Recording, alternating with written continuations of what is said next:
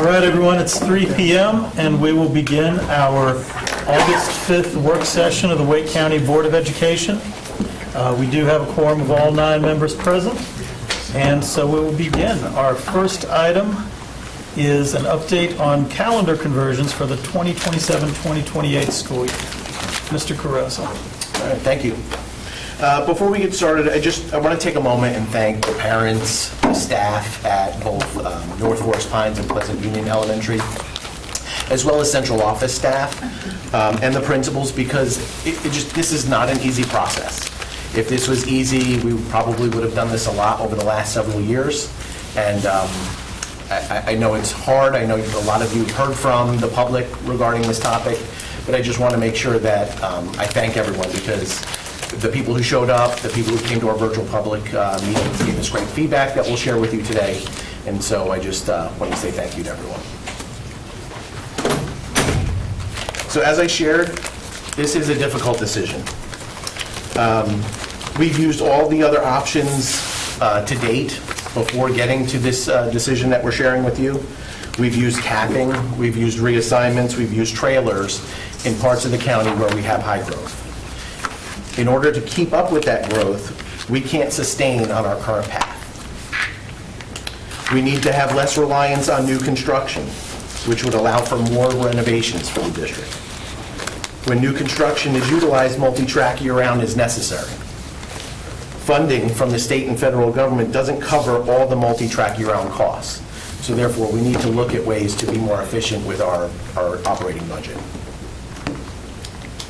These decisions are not taken lightly.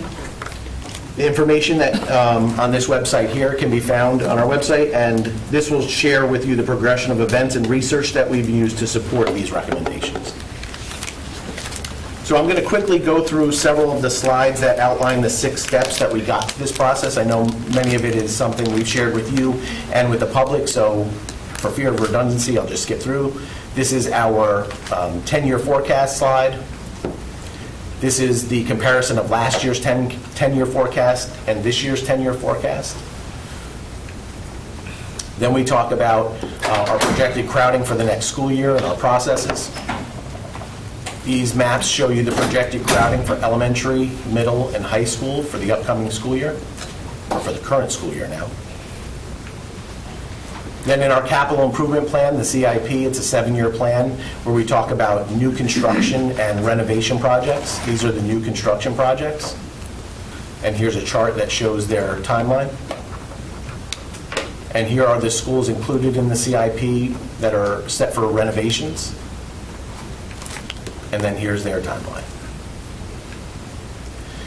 Then one of the other steps that we use is our annual enrollment plan. As many of you know, Ms. Susan Pulliam, who's here with us today, she and her team go through and reassign students to fill those new schools or to utilize the capacity in certain parts of the area to deal with long-term growth.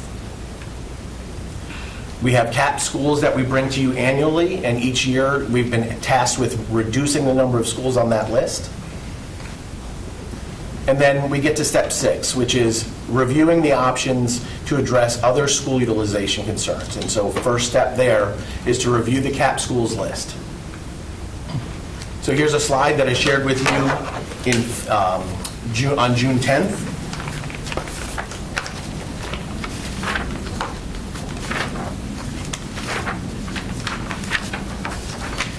This outlines all of the capped schools and what we can do in the upcoming or previous capital improvement plan or reassignment plans to help address those crowding concerns.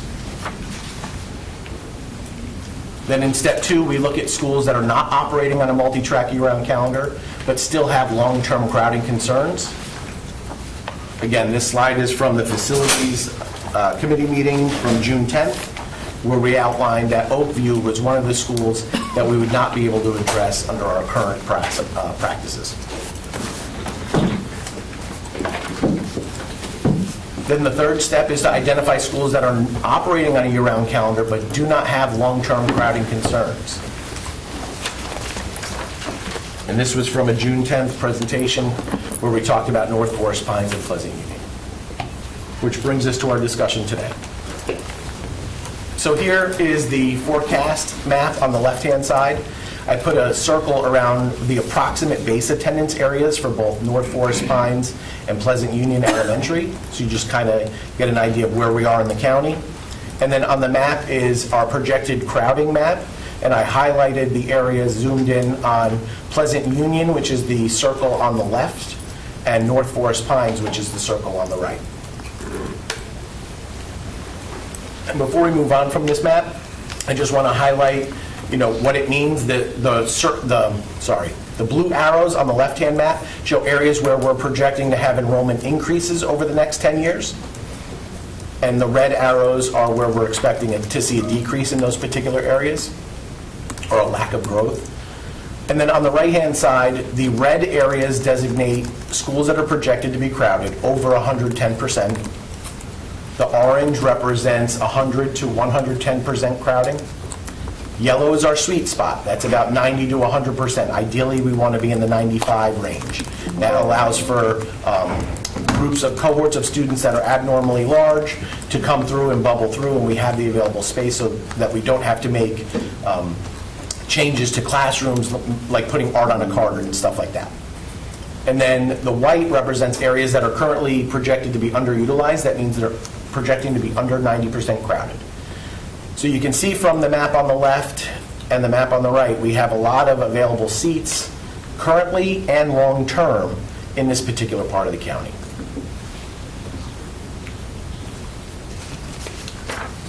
So here's a slide that I shared during the virtual public engagement sessions for both families and staff. This information here shows you the projected crowding for the schools in this particular area. So I'll start in the west and move my way east. So I'm starting over by the airport, which is the area where that little tip kind of sticks out into Durham there. You've got Pleasant Grove Elementary, which is projected to be 48% crowded, which is operating on a multi-track year-round calendar. Now, again, that is underutilized, but remember, we just converted that school last year to multi-track. It used to be traditional. So you have some adjustment with the stability rules that we've put into place. Briar Creek, which is out by the airport there, is projected to be 89% crowded for this current school year.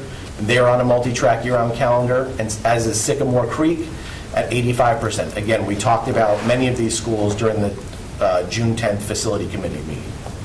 Leesville Road at traditional at 80%, Barton Pond traditional at 82%, Pleasant Union multi-track at 81%, we'll be discussing today, Baileywick at 82%, Brassfield multi-track at 86%, Wakefield 75%, Forest Pines 74%, North Forest Pines 78% on the multi-track, Richland Creek at 86%, Durant Road 75%, they're on track 4 only, Wake Forest 82%, and Heritage on multi-track at 73%. So you can see we have significant seats in this particular area. So the need for long-term seats in this area is not needed. The forecast map shows that. So we do not need the additional seats that multi-track offers this particular area. So then we talked about hosting engagement sessions. The Thought Exchange, we launched that on July 1st. We met with staff at North Forest Pines on July 9th, and then again with Pleasant Union staff on the 18th. We did a virtual public engagement meeting on the 23rd with North Forest Pines families. So we tried to give each school their own specific time frame so they could ask questions specific only to their school. So we did North Forest Pines on the 23rd and Pleasant Union on the 29th. And then I'll also add, we had talked about Oakview earlier. We did Oakview, an initial one for Oakview on the 30th of July. So here, I just want to take a moment to just highlight, I'm breaking up the feedback that I'm going to share with you into 2 groups. So we did North Forest Pines and Pleasant Union, so each school, you'll see the feedback from each particular school. But within that, I broke it down by what the parents and guardians' feedback was and what the staff feedback was. So you can see the difference or similarities between the 2 separate groups, okay? So here we have North Forest Pines. This is the parent and guardian feedback. There were 133 participants that generated 167 thoughts. There were 3,399 ratings, which was about 20 ratings per thought. And the alignment was high, meaning that no matter where they were in their comments, they generally felt the same way. There was common ground a lot of common ground in the thoughts. So to summarize their feedback, I can't say it enough. No matter what feedback you're going to get from staff or from parents with regards to both schools, there is strong opposition to converting these schools from multi-track to traditional calendar, okay? I don't want that to be lost in any of this conversation. You know, again, if this was easy, we would have done it years ago, but there is strong opposition. Once families move into a base attendance area based on that school calendar, they generally want to keep that. Same thing with staff. They pick schools, and one of the reasons why they may pick a school is because of the school calendar. So to change that school calendar on them is disruptive, and it's not something that they are willing to accommodate for the district. So just to highlight, you know, current year-round calendars, benefits for families, work-life balance, special needs, supports special needs students support, and reduces summer learning loss. This, again, is parent feedback. We do have some data and research that we'll share with you at the end of the session. Many of the respondents emphasize the importance of frequent breaks for preventing burnout and maintaining academic momentum. And I'll let you read the rest of that.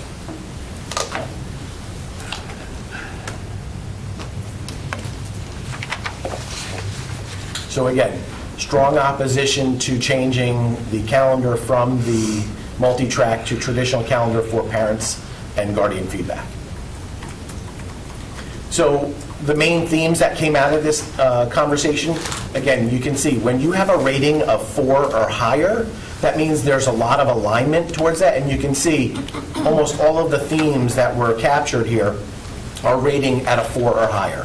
So these are a lot of really important topics to the families. I'll just highlight a couple at the top. Child care needs and came up as one of the top themes from parents and guardians.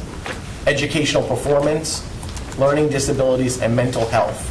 And I'll talk a little bit more about mental health comments that we got from both parents and staff throughout this process. So what were some of the comments? So the highly rated comments that we got from parents tend to be, we like this school to stay year-round. They felt it improved mental health for their children. They learn best on year-round. So again, you can see lots of support for year-round school because they feel it's academically better for their child, socially, emotionally better for their child. And so these were the highest rated comments that you saw. So now let's get to the staff feedback. Okay, so there were 50 staff members that participated in this thought exchange. 81, it generated 81 thoughts. There were 1,300 ratings, which was about 16 ratings per thought. And there was alignment of medium.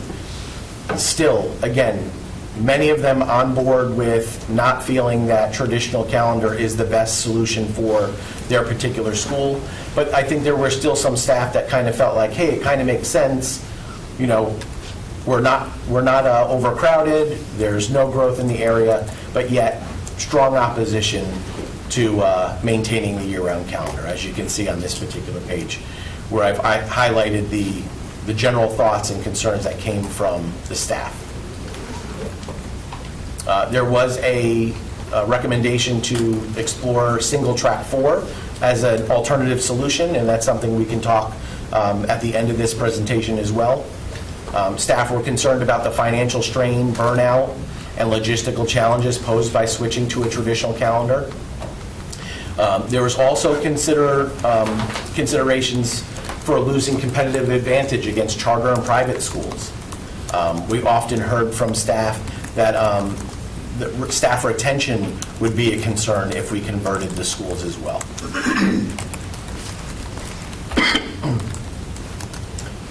So the main themes that came out of the staff portion, as you can see, everything's above a 4, all the themes. The top ones being mental health, the multi-track year-round system, consistent schedule, and educational performance.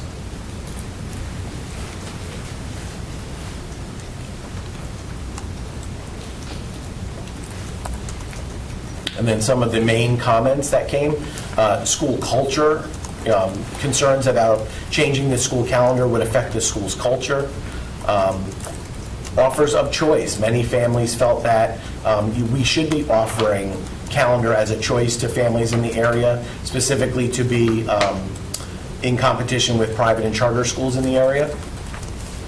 Preference for single track 4, if we were going to go for multi-track, to take it away, preference to go to single track 4 rather than going to traditional would be a little bit more amenable by staff. And then, again, I'm sorry, the last one is, again, single track 4. So those are the 4 highly rated comments coming from staff out of the feedback. So now on to Pleasant Union. Again, this is the parent and guardian feedback for Pleasant Union. We had 189 participants, which generated 273 thoughts, which was 6,685 ratings, 24 thoughts per rating. And there was some alignment was low there, because I think you had some families who were considering, hey, look, if we have mismatched calendars, this would align our calendars with our feeder schools. However, overwhelmingly, you're hearing strong support from families for maintaining Pleasant Union's multi-track year-round calendar. So again, just the same as North Forest Pines, Pleasant Union families strongly support maintaining a year-round calendar. They also shared concerns about losing valued staff. There were some thoughts about it would possibly increase classroom size, misaligned schedules with other schools, inconvenience for working parents, and potential negative community impact. And again, they also brought up the track 4 possible solution as well. And the main themes that came from the parents at Pleasant Union: learning loss, keeping a year-round calendar, mental health, and resource utilization. Again, not as many that valued over a 4 rating, but still a significant number of themes that were maintaining that consistency.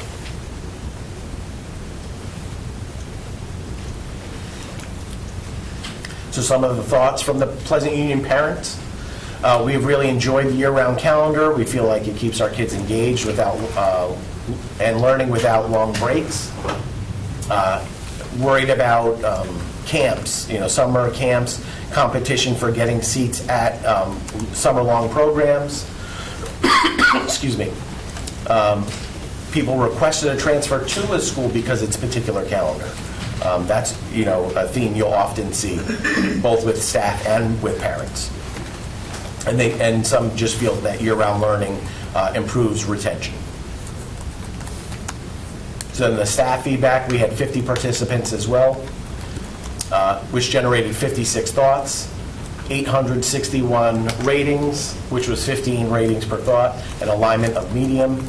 But again, the overwhelming strong support for maintaining current multi-track year-round calendar.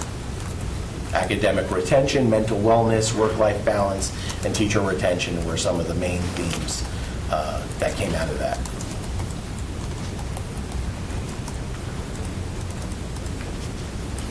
And then some of the main topics, again, learning loss, break frequency, mental health. There was some miscellaneous, which kind of grouped in a bunch of different things, but then teacher satisfaction. And then some of the main comments from the staff. Supports retention of academics. Year-round schedule is great for preventing teacher burnout. Year-round calendar is effective with multiple breaks. And then single track 4 is preferred if they have to change.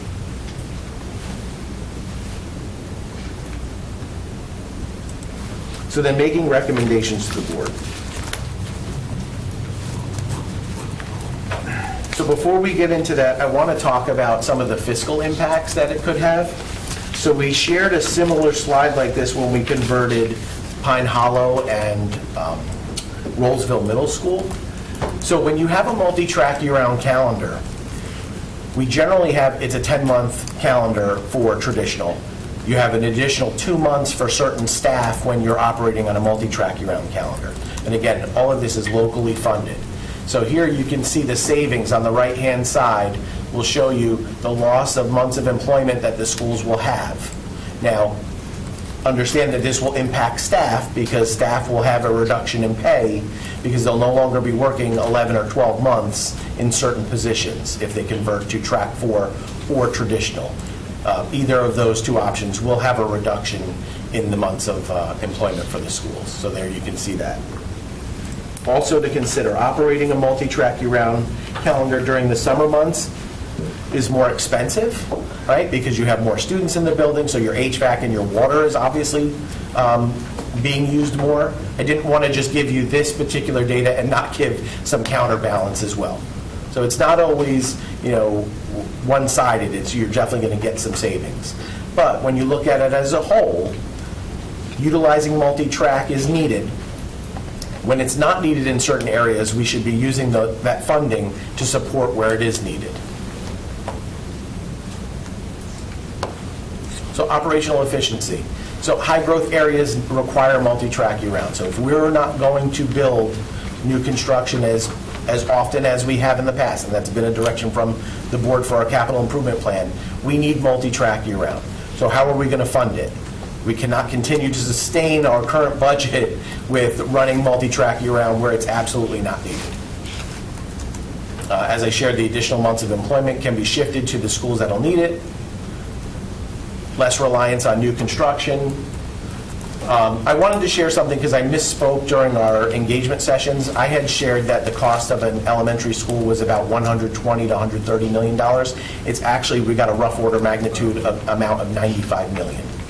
So when we operate schools on a multi-track year-round calendar, anytime we open new schools, every 4 multi-track year-round schools that we open saves us from building a 5th school. So that will save us the $95 million in building costs. However, there are additional costs to operating on a multi-track year-round to the tune of about $130,000, give or take, when I showed you on the previous slide. So all of that adds up over time. But unfortunately, saving the $95 million in a shorter term, seems to be the more accurate move for the district when it comes to utilizing multi-track year-round.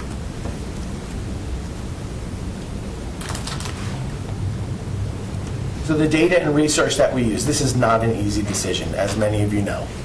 And so what we did is we tried to use a lot of research because we're impacting families, and we know, it's never easy, and so we wanted to make sure that we were doing it with fidelity. April 8th, we presented to you during the board work session, we had Dr. Katie Rouse come in and talk about the multi-track year-round impact. So does changing a school's calendar impact the student achievement? And again, that data was no. So I linked that to this particular presentation, but we also have it on our website from previous presentations. Then we also had other research articles that we have gathered in order to identify what are some of the impacts or information that we can share with families so that they can better understand what year-round is. Because many people think year-round means you're going to get less, learning loss during the summer, and that it's better for students academically, and it's not. Because year-round schools, though they operate 12 months out of the year, they do not offer more days of school, more days of instruction than a traditional calendar school. So you're not getting those academic gains because you're not offering the extra days. And that can actually be seen in that last article, The Busting Myths About Year-Round Calendars. I did also want to identify some of the data that came out of the public engagement sessions that we're going to continue to try to find. You saw mental health, right, as being one of the main topics from families. I've reached out to our other departments within the district to find out, do we have any data or research that talks about the impact of year-round or traditional calendar schools on students' mental health or staff mental health? And it's just not there. And so we have asked the public who've made those comments, if they do have that data and research, to please share it with us, and we'll continue to look at it. But our professionals do not seem to have any data that would support that at this time. There was also a really good question about teacher turnover. So when you convert a school's calendar, what's the expected outcome when it comes to teacher turnover? Well, teachers are telling us that they'll leave, right? But we don't have a lot of data that supports whether they will or not, because we really haven't had a lot of calendar conversions since like 2006. And we've had some schools in the short term, but we've never really tracked, like, from year 1 to year 2, what's the percentage of teachers that leave when you change a school calendar. So 2 years ago, we converted Pleasant Grove, so we're able to just get that data now. And as we continue with this process over the next several years, we're going to be tracking that data so that we can share that as another data point for you to consider when we look at converting schools. Because we think, that could be impactful if you have, 85% of the staff at the school leave from year 1 to year 2. That's something you should have at your fingertips to consider as we make these decisions. So that leads us to our recommendation. While I know you've heard a lot of information about, the possibility of going to track 4, staff still feels, and when I say staff, I say the Office of School Choice, still feels strongly about a conversion to traditional calendar. Many of the parts of the feedback that we hear from families throughout the district are K-12 alignment is important. And when, we talked about it when we converted Pine Hollow and Rollsville, that leaving the elementaries at, multi-track and moving the middle schools to traditional was not ideal, but we did still have 6-12 alignment. These schools currently have 6-12 alignment, so converting to track 4 would still, keep them kind of the same, and it would actually give us our financial gains that we would be looking for. So that could be something you'd want to consider. But for staff in our recommendation, we're looking at how do we check all of the boxes. And so the traditional calendar would be that option. And as I said, the funding could be allocated to high growth areas such as when we talk about Oakview for 27-28 or any other schools moving beyond. So what are the next steps? So we met with area superintendents and principals, we met with the staff, we've engaged the public.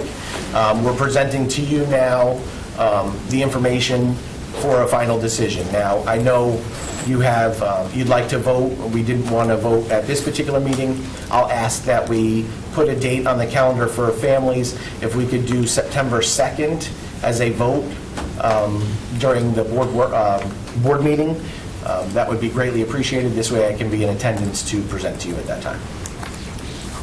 And with that, I'll take any questions. Okay, let's start. Dr. Ing, as you start with these schools, particular interest to you? Yes, thank you, Mr. Cruz. Yeah, both of these schools are in District 3, so definitely, I have a lot of feedback, and that's the interest in in these schools. And I do have a couple of other schools who like Durant Road Elementary and Durant Road Middle that are in this, the track 4. And I just want to kind of get a historical perspective from those two schools and how did that come about, or how did that come about, and what was the result of that conversion, and then what the cost differential between a traditional calendar versus a track 4. So if you could give me that. So if I think I understand, you're asking, how did we get to Durant's going to track 4 and not to traditional? Mm-hmm. Okay. Right. So at the time when we converted that, our data had said that we kind of felt we may need multi-track year-round in the future. And so when we converted those schools to track 4, we were doing that in a way to leave open the door that we could possibly convert back to multi-track. When you look at the data that our current forecast has, we're just not showing a need long-term for converting these schools back to multi-track. So that's why staff feels, a little bit more comfortable with converting to traditional calendar, because we don't anticipate a need long-term for multi-track in this area. And we say that because when you look at this next slide here, when you look at all of the schools in this particular area, that whole northern region from the airport over to Capitol Boulevard, you're not seeing any projected long-term growth. And the schools already in that area are all below the 95% threshold of where we ideally want to be when it comes to long-term crowding. So that's kind of how the Durant Road schools got to where they were. At that time, we had felt like we would maybe need to convert them back, but we'll probably be bringing to you a lot of other schools in that particular area, track 4 only. Do we want to consider going traditional if it has misalignment with middle schools? And so where Durant has track 4 on both elementary and middle, likely not going to make any recommendations yet, but it's something we could consider. And then the second part of that question was, sorry. The cost differential. Oh, cost. So I showed you the cost change from multi-track to traditional. It would be the same going to track 4. So you would still get the cost savings going to track 4. There is no difference in cost operating a track 4 or a traditional calendar school when it comes to the 8 months of employment. That's it for me. All right, thank you. Ms. Evans? Thank you, because that second one about the cost, I thought I heard you say that, and I wanted you to repeat it, so I'm Yep. glad for that clarity. That was on my list. The community engagement and the staff engagement, can you, I know you don't have your laptop in front of me, and I tried to look myself, like, how many families are at North Forest Pines, or students rather, because I know families can have more than one student, but you've got 133 participants for North Forest as far as the family survey, the family thought exchange. 133 at North Forest Pines, and then 189 at Pleasant Union. I would like to have a sense of, out of Yep. 500 families. I've got staff I to don't pull know that how many number. families, but by students, both schools have between like about 550 and 575 students. Okay. But I also want to point out that these recommendations are not to take place until 27, 28. So you may have several grades of students who are currently at the school that this isn't going to impact them, so they may not have engaged Okay. in that, unless they have a younger child either at the school or coming. Okay. And But Pleasant we can get you Union. those exact So numbers, 500 to 550. Yeah. roughly. And then how about the staff? Same question. So the North Forest Pines staff, you had, well, at each, you had 50 participants. Yeah, I don't know what percentage that is of the actual overall staff, but I can get that information for you. Okay. I mean, I'll say this. I don't think, so even if we missed 50% of the staff, I still don't think it's going to change the sentiment that you're getting from either of the schools. When I met with the staff, we went to a staff meeting and I brought HR as well and we talked. And overwhelmingly, they do not support converting the school at all, let alone, but they did say track 4 could be amenable if it has to be done. You're just not going to get a lot of support for changing school calendars. That's historically why we haven't done them, because they're just not easy. Nobody wants them. It's just hard. Yep. All right, thank you for that. Thank you. And Ms. Certified. Evans, go But ahead. just about the certified staff, that for a school that size, you're going to have roughly 40 certified staff. So when you say 50, that could include IAs and Sure. staff that you would have. But certified is going to be around 35 to 40. Okay, thank you. Ms. Evans, I apologize, I was a year off on my data.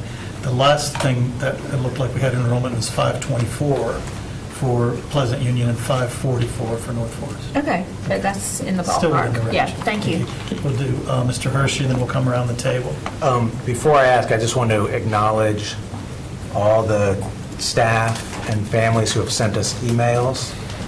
They sent a whole bunch, so they're probably not all getting responses.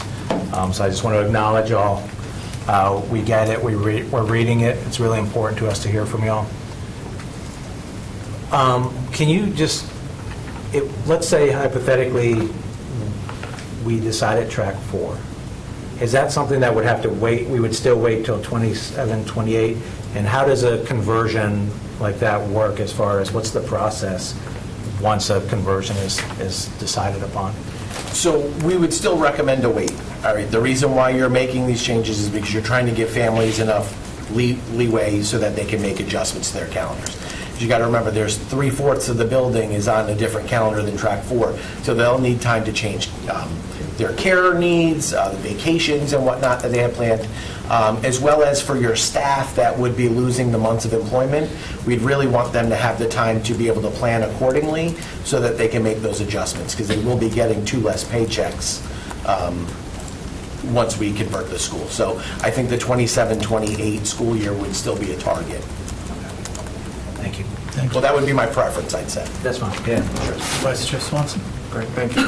My question kind of goes to the latter part of this, Ms. Edmonds' question. I know you stated that it's, we the numbers may be low due to families that may not be, aging out of that particular base. So my question is, what outreach was done to get those families that may be moving into that particular base, that may be school age, that we may have neglected? And then I have another question. It's a great question. I mean, it's hard when you don't know the families that live in your particular area. That's why we've put the information up on our calendar website. I know we had sent it out to the school, hoping that other families would catch wind of it, and we left it open, Google Meet open, so that anyone could join, even from the community. So it's just a difficult way to engage families that you just don't know who'd be plugged in or who live here yet. And is there any connections or outreach to daycare centers that may be bringing in the students? So therefore, we're able to, capture and collect as many voices as possible. We didn't do that, but that's something I can make sure that we add to do as part of our outreach to bring in families for engagement. Yep. And then I know you mentioned that there would be, those teachers would, potentially lose 2 additional checks. So is there, I know typically when there is a calendar conversion, there's an opportunity for staff to submit transfers. Correct. Is there a concern that there may be we may see 50%, I'm just making up numbers hypothetically, of a turnover with staff? And is there concerns about that? So like I said, we don't have historical data to compare that to just yet. We're starting to track that. I mean, the reason why we have the 2-year window, again, is so that staff will have 2 years to participate in that transfer module. They won't be just up to that 1 year. It's difficult. I mean, like I said, if this was an easy decision, we'd be doing these a lot more often. It's really difficult once you start a school on a specific calendar, because staff, they pick a school because they like the school principal, they like the culture, they like the calendar being one of the main reasons. I mean, it's because they have their own kids on specific calendars. And so these would be other things that we'd have to work with. If we did a conversion and the staff stayed at the school, if their children are on multi-track year-round calendar, we would have to work with them to make sure that their children can be on the same calendar that they're working on. So these are all things that we'd work out with staff. But I think the 2-year window is a good time frame for people to make. They don't feel rushed to make these hard decisions. But to answer your question, I mean, I just don't know. I feel like when you're working at a particular place, and if you really like it, it's hard to walk away. I know the calendar can be intimate to certain people because you feel like it better fits your family's lifestyle, but I can't really project at what I feel at this time, what I feel like the staff would do with regards to staying or leaving. Sorry. No, and I just think this is a discussion that, for those that may be interested in listening, knows that all of this has been taken into consideration, and that this, to your point, is not an easy task. And so I just want to thank you for raising those pieces for us.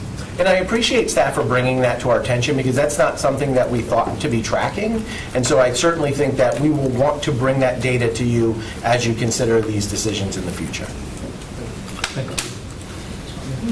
Yes, thank you for all of this. I do want to say to you, Mr. Furusa, that I want to thank you for acknowledging that this definitely disrupts families and students, because coming from a teacher standpoint that taught in year-round and having children in year-round, it definitely, with the idea of having to abruptly switch, well, it's not abrupt, but having to switch, the idea of it definitely disrupts on multiple levels. My specific question is around the cost implications that you noted on slide 40, and you said that it says here that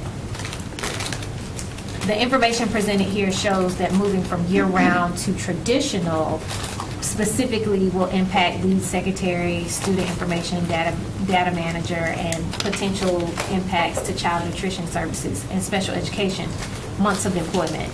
Do we have information? I feel like you've kind of touched on it a little bit, but do we have information specifically around what positions would be impacted if we decided to move to track 4? It still should be the same, because when you look at a track 4 school and a traditional calendar school, they both operate on 10 months, right? When you operate on multi-track, it's because you're adding that 4th track in when the 3 tracks, one of them tracks out, that's how you're getting the additional capacity. You get 25% more kids to fill the building. And then you need the extra months of employment because your principal, your APs, your front support staff, they need to be there year-round. You don't have a 10-month and then you fill another position for 2 months. So we, as a district, have funded those additional 2 months or 1 month to keep those positions rolling. Okay. So that it would not be a need for the additional funding on track 4.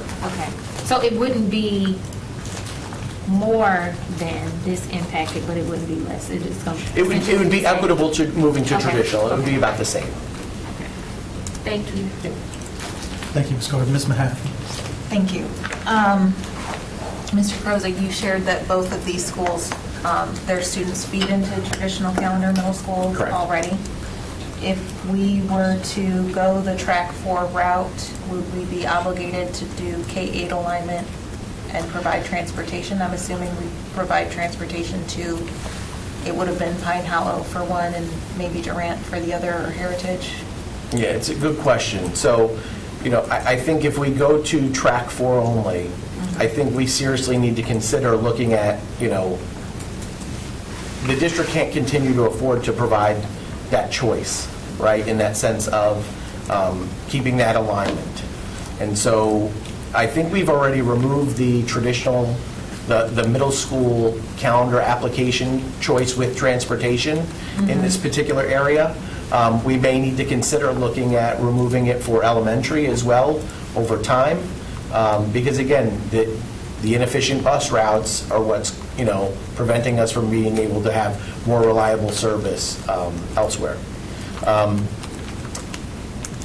But I think you're going to continue to have hard decisions to make during the transfer process, during the appeal process, as many of you know, when you often see families seeking K-8 alignment. That's why staff was trying to recommend a traditional calendar, because then you won't have that particular issue to deal with. But going to track 4, yes, you will still have some misalignment, you'll still have appeals and transfer requests. We may look at the schools that will offer, because if it's track 4 only, and if Heritage, and I don't believe it is, but if Heritage is still an application school for some of these families, they're operating currently on a multi-track, so we would probably want to offer them Durant instead, so that they had that track 4 alignment with the middle school. And it'll be easier on the school principal, because when you force feed track 4 students into a multi-track year-round school, it puts pressure on the principal for picking tracks for students and really limits, their ability for non-track 4 schools to get track 4 when they go to middle school. Thank you. And looking at the percentages of the schools that you've shared with us on slide 20, there really is no school to pull from that's overfull, except for really one in the area. Yeah, Abbott's Creek. And, well, I didn't want to name names and stir up anything for Dr. Ng. But I mean, there really is no reassignment choice. Yeah. And so the calendar conversion is one of the only levers that we have. Do we know what the anticipated capacities would be if we, let's assume nobody moves, but going from, 48%, or not 48%, 80, got the numbers here, but the 78% for North Forest Pines and the 81% for Pleasant Union, and what that would look like, again, if everybody stays converting to track 4 or traditional, just to look at the capacity of what the schools would be? Yep, so it'd be about a 20 to 25% increase. Okay. So you're looking at, North Forest Pines going to right around 100% utilized. And then Pleasant Union would be a little bit over that, probably about like 105-ish. Okay. But we can certainly get you those exact numbers. And I appreciate you bringing up the fact of the different levers that you pull in a particular area, because one of the things that we've done over the years is look at, so how do you find ways to, help an underutilized school fill up, because you want to utilize all of the seats at the school. But as you look at this, there are all the schools in the area need additional students. So it's not like you can take the students out of Wakefield and move them into Pleasant Union, because then you would just be shifting the problem to Wakefield. And so it just becomes, difficult for the families at those particular schools, and then for the district. You know, year-round is for capacity purposes. I know it was used as a choice mechanism, you know, several years ago, probably a little more than 10 years ago, but it's just, it's not helping us solve the problem when we're dealing with high-growth areas and we can't afford to continue to build schools in those areas. So we need multi-track for the additional capacity, but the funding for these underutilized schools operating on a multi-track would help offset those operating costs. I have 2 more questions. If this were to go through with the calendar conversion, students that are transferred in, we would give them the opportunity for stability and to stay? Great question. So any student who's currently attending the school, whether they're calendar application or transfer, we would allow them to stay, obviously without district transportation if we drop the calendar application portion. But yes, we would offer very generous stability rules for all students and their incoming siblings. Okay. And then my final question, knowing the Forest Pines, North Forest Pines campus, not only are they 2 different calendars, but their times are staggered. We anticipate keeping that staggered time Great question, for the yeah. folks, so that carpool does not get so backed up during the day. We are not anticipating requesting a time change for their start and end time. Okay, thank you. Thank you. Ms. Rice? Well, I think everybody's almost answered all my questions. I was knocking them off. But just for clarification purposes for me, I think the last thing that really mattered to me was the 2 things that I heard was, one, that the families really love where they are. And most importantly is we really want to save taxpayers' dollars. In the honesty of where we are. And so that really was my question that I had, that you answered these choices, because I was concerned about what did the data, what data did we originally have to suggest that we opened the school as a year-round in the first place. And so I think I've heard that answer. And then I did have a question. What are we going to do for future decisions to prevent this type of change and save taxpayers' dollars? And so I'm hoping that, I'm hearing that as we move forward, are you saying that, are we going to go back and look at our schools that are not, that are multi-track, and we'll go back and create a better change for schools that's just been converted to multi-track by choice only versus actually using multi-track for its purposes for overcrowding? Is that the model in which we're trying to move forward to, so that we save the money that we're supposed to save? Because I think what I hear you saying is that we need to convert the school back because of the funding purposes behind it. Is that correct? Just let me make sure I understand correctly. So we're asking about converting a school from multi-track to traditional. Correct. Okay. So the reason we're doing that in this particular area is because there is no need, long-term need for the additional seats in the area. So again, for fiscal responsibility, Okay. it would be best for us to convert that school to either track 4 or traditional. It'd be the same cost savings, so that we can utilize those costs in areas where we have high growth and we need to convert schools or open new schools on the multi-track year-round calendar. Okay. I want to thank you for saying that again. I did hear you correctly the first time. Thought we were going to sum it up at me as being the last. And then the final question again was, I know you found this particular space. Are we going to do that for other schools that we're seeing in the same situation currently, so that we can, I hate to put you on the spot, if you need to tell me we need to wait to hear it later, but to make sure, because one thing, as Ms. Gordon said, families don't like to be disrupted in that manner. Nor do staff. Right, and so I realize, I think we're correcting, I won't say that it was wrong, but we're correcting some better physical responsibilities that should have been thought of in the beginning when this happened 10, 12 years ago, probably to be exact. It was about 12 years ago. Well, I'll defend the fact that I think we used multi-track when we originally started because we were experiencing high growth at the time, right? And so your projections keep telling you you're going to continue to grow.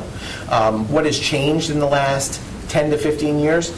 There's been a lift on the charter school cap, right? You've got vouchers that have now come into play. And you had COVID, which really changed the way that some people deal with school. And so I think those factors, which when we built these schools and then put them on the multi-track year-round calendar, you couldn't have anticipated some of that stuff. So I think we made the right decision at the time because we were using our resources accordingly. I think what we're doing now is you've assessed over time, and now where we don't need it anymore, we're scaling it back, but we're then using those funds to then not build as many new schools as we have in the past. So a lot of times in the past, we just quickly continue to chase new growth by building new schools instead of also looking at, can we convert particular calendars in order to utilize the school so that we don't have to build that extra school in the area. And I think that's kind of where we are right now. Okay, and how old is this school for me, if you know by hand? Which school? Both of them. Well, when the change happened. And the I'd only say- reason why I'm reiterating it is because families get frustrated when we make these changes, as we hear, and I've tried to respond to the amazing educators that's giving their input, and when we have to make these hard choices to create physical responsibility, I also don't want it to make it look like we're ignoring people's opinion and desires for where they are to do great and where they're being successful, and then they're clearly showing tons of data and referencing around it. And so I'm trying to make sure that we don't continue to repeat the same patterns of behavior, whether it's those of us that sit on this board in 5 years or 10 years. How do we create a space that there isn't change in this manner that disrupts 550 families, a total of maybe 1,200 families total with the two schools, right? How do we give minimal disruption to families moving forward? And I know we can't answer that question right now, but I just want people to hear that that's on my heart. Of how do we have the least amount of disruption constantly going forward, to come back and say, well, these factors changed this and it changed that, and this is where we are today. How do we not do that 10 years later? When families purchase their homes, they do what they do to be there 10 years later, only for things to be disrupted in that manner. So I just want us to think about that. In those departments that are making these amazing decisions with data that are hard and challenging, to what do we do?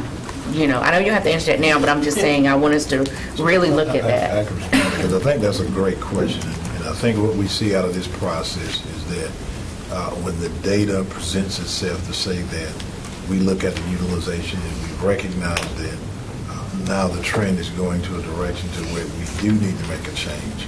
That is not something that you take lightly. We've already said how difficult this decision is, but in some instances, when the data has changed from what that original decision was, then our responsibility is to be able to bring that to the board so that you all can make an informed decision about how you make that change. I'll say that because there's a cost that you pay for, that doesn't mean that's a bad thing. And so when we recognize we have to go to a multi-track year-round setting, that is going to cost more, but there's also a benefit that we get from that. But at any point, we feel it really does get to the point that now the board has to make a consideration about that long-term impact.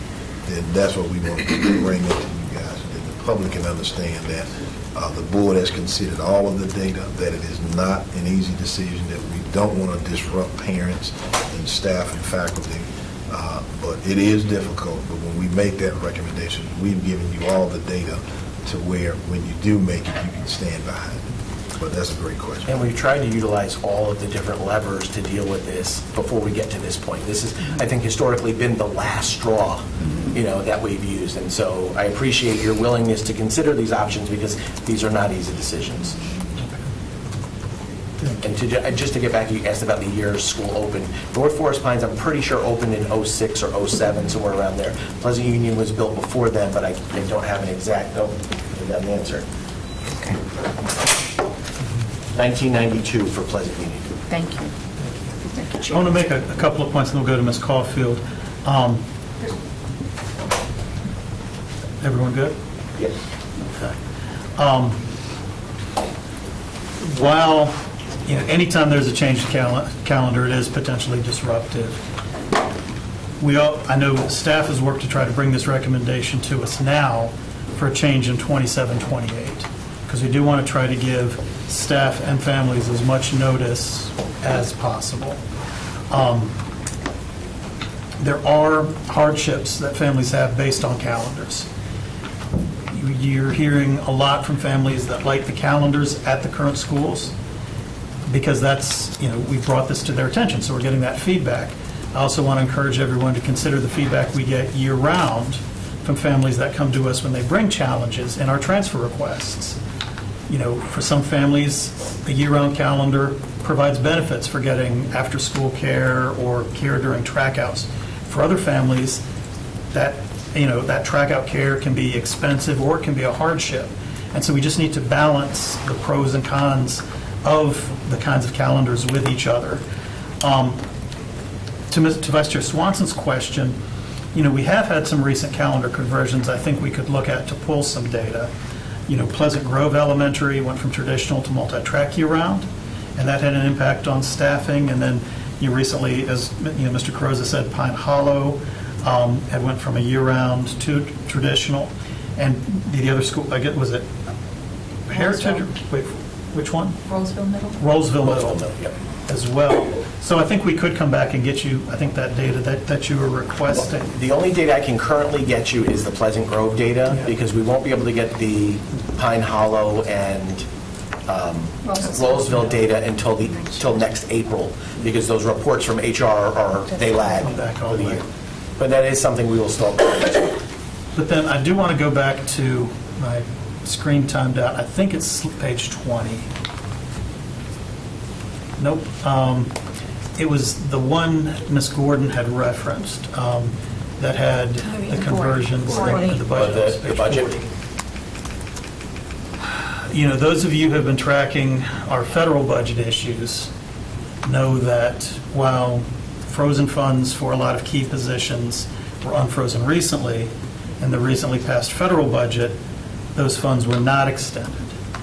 And so going into next year and perhaps future years, we're losing an important source of federal funds that fund a number of those positions you see up there.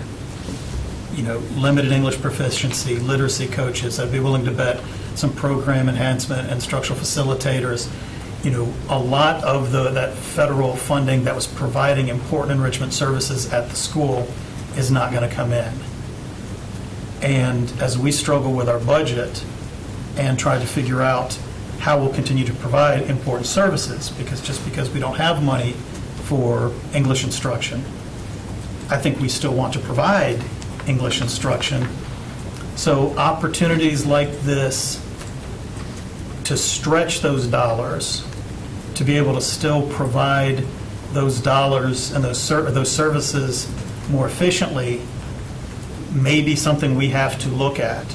If we have to replace all of the money for our limited English proficiency programs, it will be easier if we have to come up with a smaller replacement amount.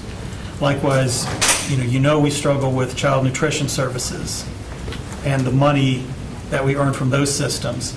And here we didn't get into it with as much detail, but if you're feeding the same number of kids in the school, you can feed them more efficiently, more cost-effectively on a traditional calendar than you can on a year-round calendar. Again, these are some important ways we can take the limited or declining dollars we get and stretch them further so we can still offer the important services that we need to provide to all of our students at those schools. So I wanted to bring up those points. It's never easy. We don't make these changes necessarily because we want to, but sometimes we're trying to do the most good with the resources that we have. Ms. Caulfield, I saw you had some comments, and then if anyone has a second comment, we'll bring it back.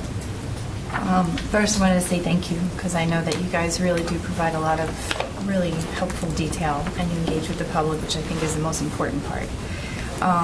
One thing I wanted to ask is, just to clarify, so Durant Middle School is track 4 only? Correct. Okay, so they would align if we were to, say, switch to either track 4 or? Yeah, if we were to offer that for middle school families to align with their K-5 families, we could do that. Okay, and then Forest Pines and North Forest Pines, if we were to switch this over to traditional, they will now have 2 side-by-side traditional calendar schools. Yeah.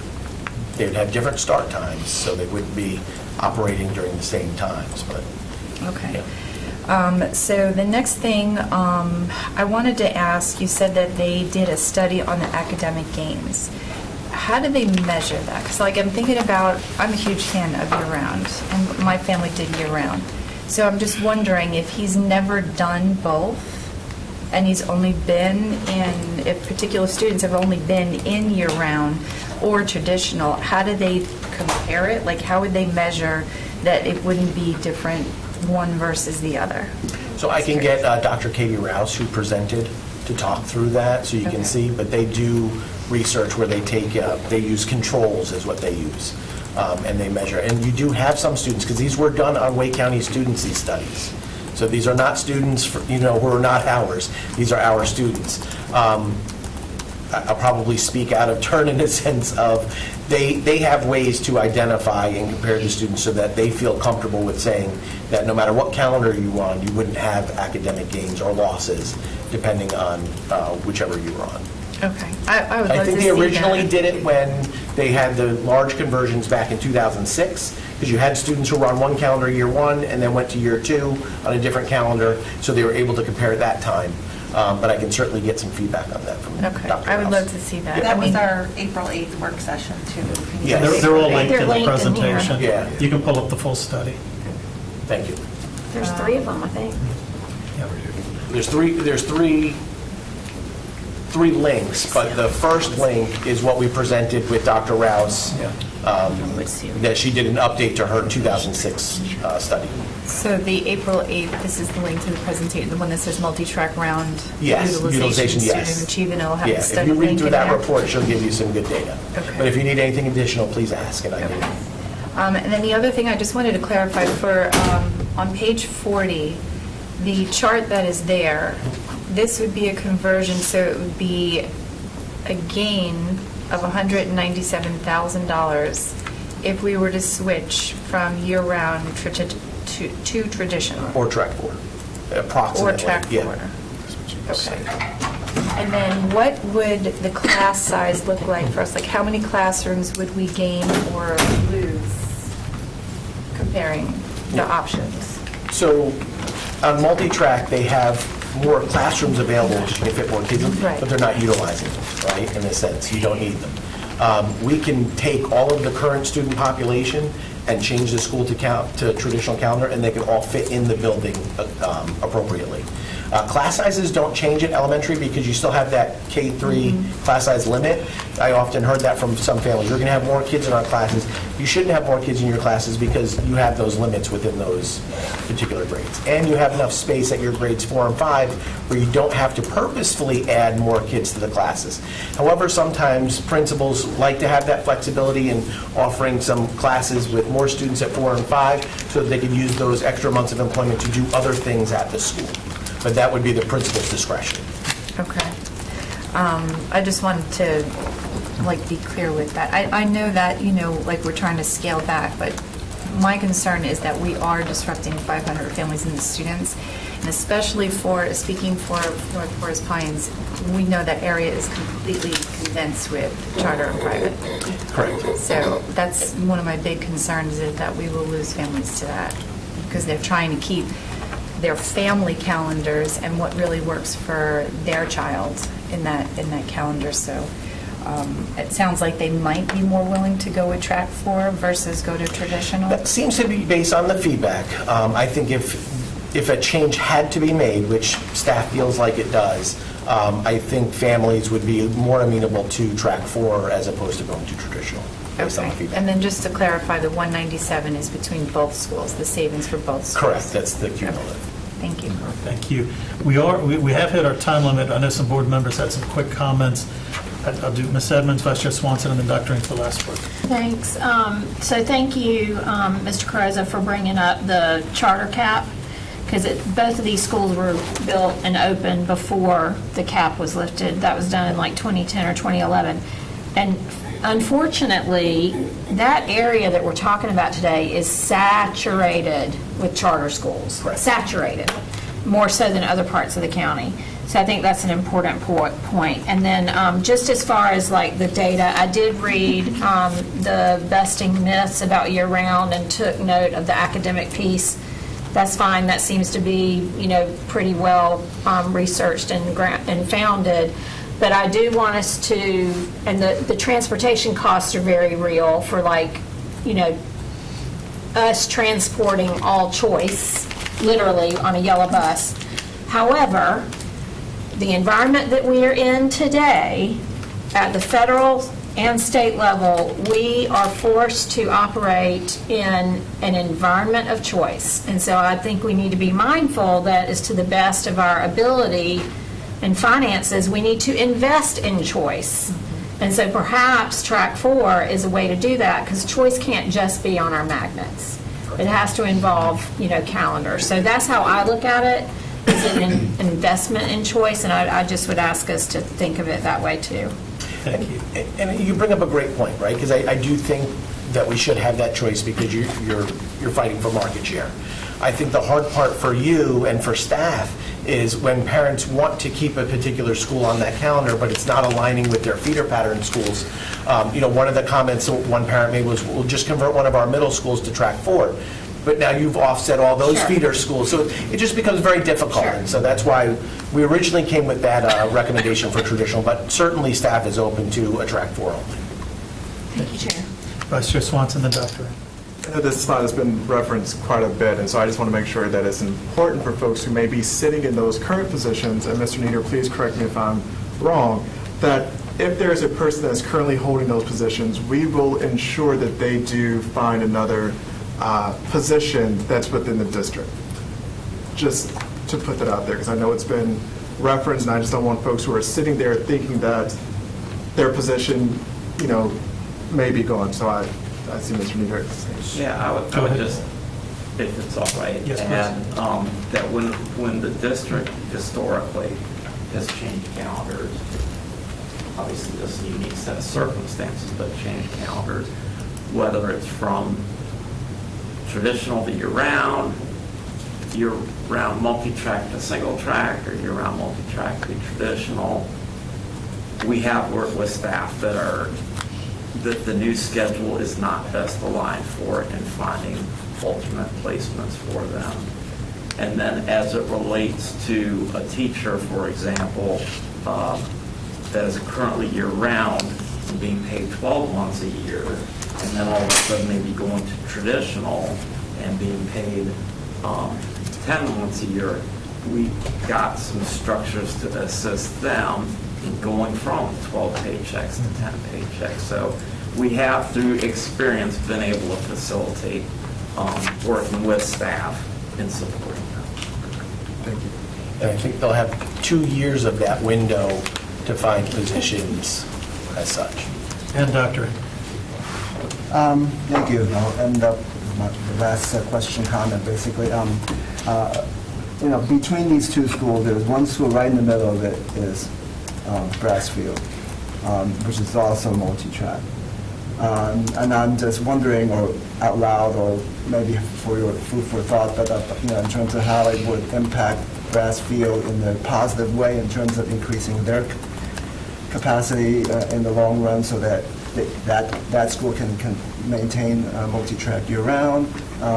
In some other ways, because if you're saying the Pleasant Union is going to be over 100% in a traditional or track 4, then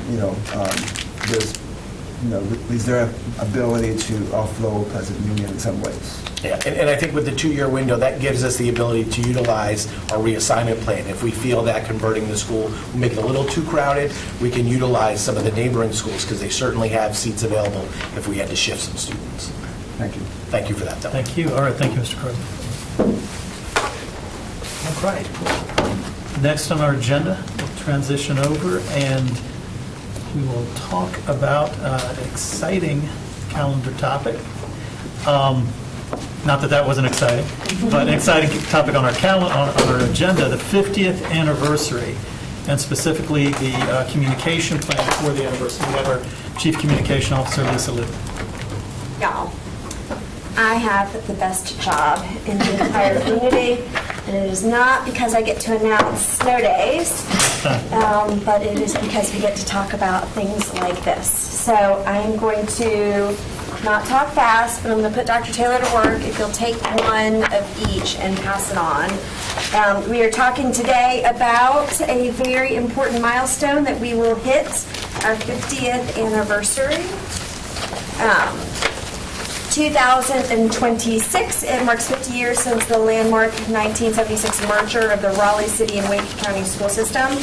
We will launch a campaign that celebrates the foresight and courage of those who unified our system and honor a half century of legacy. So I'm going to highlight a couple of campaign goals.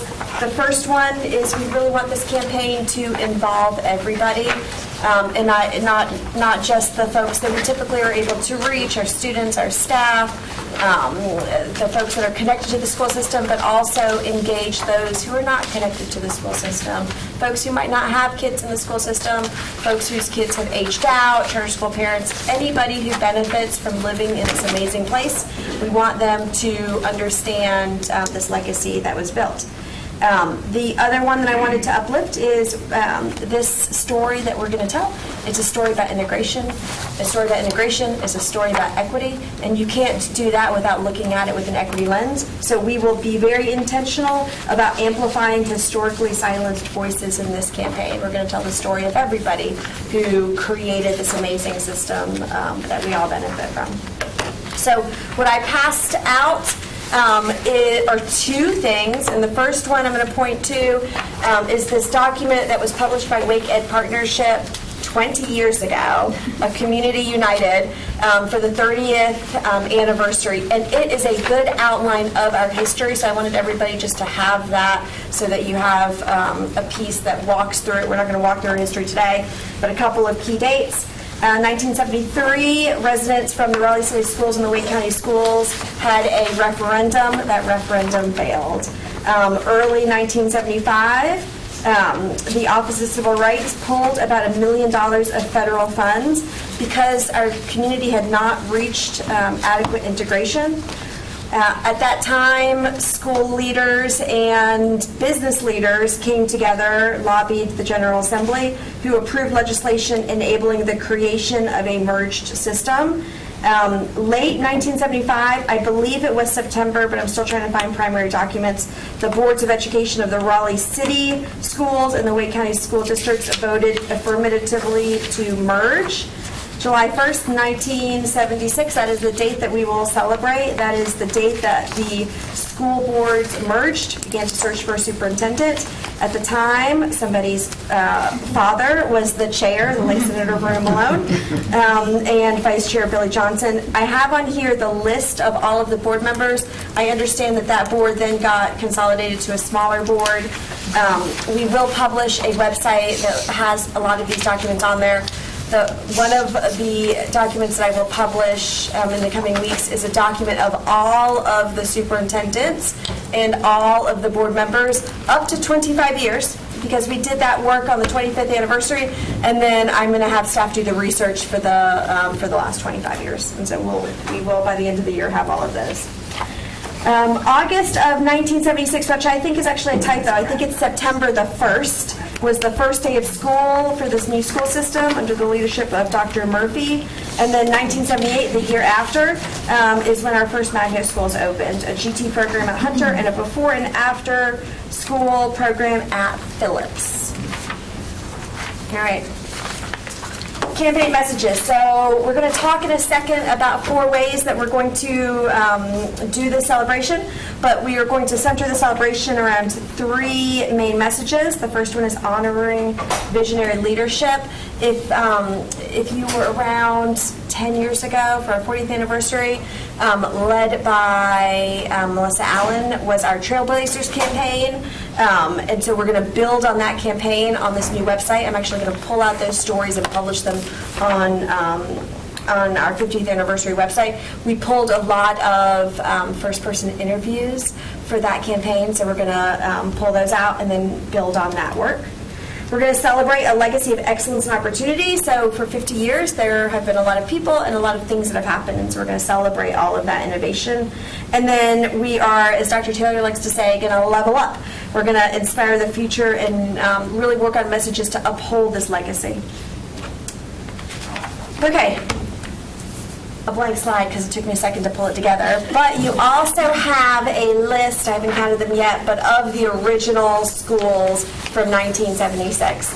I'll tell you all that this is a little bit of a rabbit hole because you're going to see schools on here like Sherwood Bates that don't exist anymore. Sherwood Bates is a good one. It kept me up very late a couple nights ago. It actually has an active alumni association. They ended up graduating. Sherwood Bates was built right behind where Daniels currently stands today. And so there's so much incredible history in each one of these schools. Oberlin. Oh, behind Oberlin. Thank you. Thank you. Speaking of changes. Yeah, right. Yes.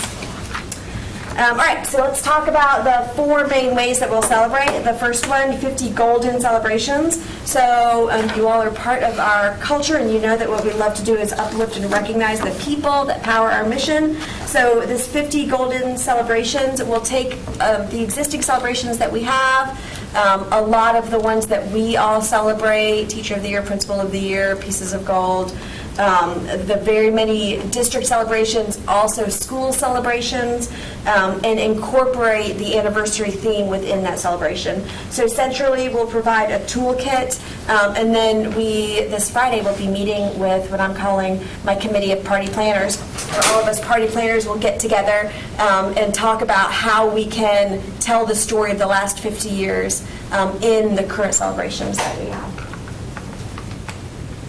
Oh, I will say, we're also working with partners. Oh, I'm going backwards. Hold on. How do I do it?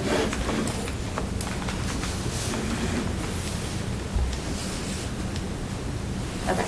We're working with partners on their celebrations, too, because, as you know, it's not just our celebrations. WAGED has a very big gala, other partners, and we'll work with them to incorporate this in their celebration. All right, way 2, 50 acts of kindness for 50 years. So again, one of our cultures is active service. I like to remind everybody that public education is a shared responsibility, and that shared responsibility comes out in the way our community has always served our students and our schools. And so we will wrap that feeling together in 50 acts of kindness.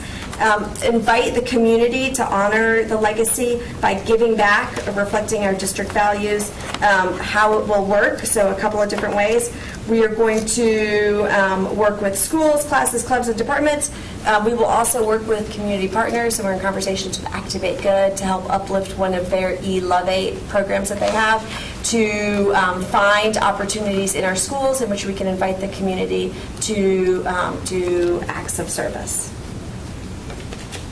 All right, storytelling. I think this is the one that I'm most excited about, 50 stories for 50 years. So we will build on some of our former campaigns and work with our students to tell the story of our schools. So I'm going to give you an example before we go through this. The one that I'm very, very excited about is we are doing a renovation right now at Ligon, and we've been doing a lot of work with the community to understand what do we want this new school to look like. There is a gentleman who leads the Ligon Alumni Association who very much wants to have the Alumni Association participate in that. So how powerful would it be for the current students to interview the Alumni Association, talk about the building of the school, talk about what it was like to be at that school when they were there. The campaign is going to work through our students, so we will work with librarians and our history teachers to help model for students how to storytell, and then publish those stories on our website. This is the beginning of our campaign, but we are in early talks about doing a walkthrough of those stories. So think a living library, a living exhibit in which we can go to and meet the students who wrote these stories and then listen to them tell them. All right, and then lastly, we will work on fundraising. Again, public education is a shared responsibility, and we will leverage the celebration so that folks can support our students and honor our legacy, either with a memory of their teacher, a memory of their school, a memory of their experience, by giving. And so we know that we have the Angel Fund, so we'll use this to promote the Angel Fund. And then we're also talking about longer-term ways to create some sustainable development in our organization. So that one of the gifts that we will give out of this 50th anniversary is a fundraising strategy for the district. All right, that's my last slide. I will share what our next steps are. So the next step is we are meeting with lots of different committees to work through executing this. We will launch a website, and in that website, when we launch it, we will invite the community to participate in lots of different ways, acts of service, giving, sharing their contact information so that we can connect to them with schools so that they can participate in these student storytelling. I also know, because you all love this school district as much as I do, that you probably have lots of partners that you want to pass on, that we reach out to help with the celebration, so I invite you all to do that. All right, Dr. Taylor's looking at his clock. Message. But, could you explain the dates again? 75 versus 76. I apologize. This one is an old logo that I didn't update because I pulled that together quickly. It's 76 to 2026. Oh, okay. Yep. I apologize for that. Oh, 82 schools. All right. All right. I'll put it up for feedback. Thank you, Lisa. This is very exciting. I know this is your first look at it. Probably have a lot of questions. We can start the questions now and then continue the questions as we go forward with the anniversary. So I see Ms. Mahaffey's hand, and then we'll go around the table. I love the building on the Trailblazers piece. I think that video still is so important and still resonant in this day, and understanding, especially for families that are new to the area, as to why our district looks the way it does.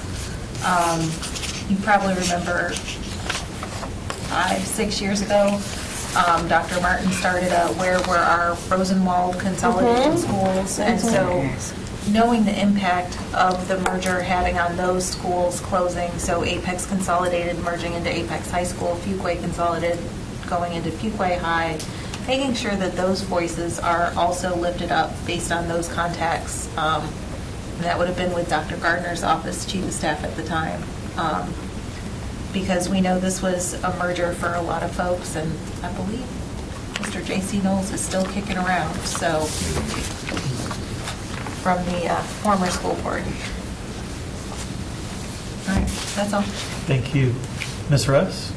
I think that was along some of the similar lines. I wanted to know which ones were our Raleigh City schools and which ones were Wake schools, so that we can differentiate between the two, what's still standing after the merge, and definitely the Rosenwald schools. That's one is even refurbished out in a Garner area with Pastor Jeffrey. I forgot Jeffrey's last name, but they do a lot of great work out there, and former teachers of the Wake system that's still actually actively working in that building space that they've renovated for Rosenwald School. One of our colleagues in our grants office is actually doing her dissertation on the Rosenwald schools, and so we have definitely talked about leveraging her research so that she can get her dissertation done on time, and we can celebrate. I think did Senator Blue go to a Rosenwald school? I'm not sure. I believe did he go to Washington as a consolidated school? I can't remember. I thought I can research. yeah, after, yeah. But I think My brother may have done his thesis on that when he got his doctorate. I know he did a lot of research. He's a history, so if you want me to I would love connect that. him to you, I'll be happy to do that. That's where we are. Any final questions? This is not to end the conversation at all. Go ahead. I know Chief Lieutenant's been very excited about this, and Chair Gagnon and I have had like a little sneak preview into this over the past couple of weeks, or months rather. And one thing that the chair and the superintendent and I had discussed Friday, actually, after you had walked out, was finding ways to either put images of these founding principles. So when folks kind of walk in, it tells a story and it can open up that conversation. I know some of the schools currently list their principles, but I don't think some of those founding principles from 1976, don't want to go back that far, 1976, are listed in some of these schools. It might be a great way to really help those students understand where they are and whatnot, and if some of those principles are still living, engaging them to let them share their stories of what it was like walking into a newly merged district. Maybe a good recommendation. I love that, thank you. Oh, and I just have to say this, I just have to say this. I am proud because, I don't know about anybody else at this table, but I have been in Wake County schools 45 of its 50 years. So even though it started in 76, of course I was born in 74, but my elementary is Bug, which is one of the schools on this list. So I'm excited about that. All right. Dr. Amy? I was just skimming through this, and I thought, oh, J.T. Knott, one of the Wake County commissioners back in the merger days, and he's still alive. He's 99. I'm a friend of the family, so I just will be eager to learn more about it. Wonderful. We were trying to look, Vice Chair Swanson and Dr. Taylor, Melissa Allen and I, some of the schools, we had the list of the original principals who might still be surviving. Are there opportunities to bring them around and get, collect some of their memories and things? So any opportunities like that from the kind of surviving families are really wonderful. All right. Well, Lisa, thank you so much. We were really excited. I did want to point out, I will publish this on the website with the correct logo. This was an earlier version of it, and then I will email you all when it's live. Thanks. Great. Thank you. All right. Thank you, Chief Luton. All right. That concludes our work session agenda. Do we have a motion at this time? Mr. Chair, I move to, I'm going to read the closed session. Mr. Chair, I move to go into closed session to consider confidential personnel information under GS 143-318.11A6 and 115C-39. Also to consult with the Board of Education attorney and preserve the attorney-client privilege provided in GS 143-318.11A3. Also to consult with the Board of Education attorney and preserve the attorney-client privilege as provided in GS 143-318.11A3 due to current litigation, C.Y. Cotton and D.J. Farrell and co-administrators of the estate of D.J. Farrell versus Wake County Board of Education and Outlaws Jr. versus Wake County Board of Education. And finally, to consider the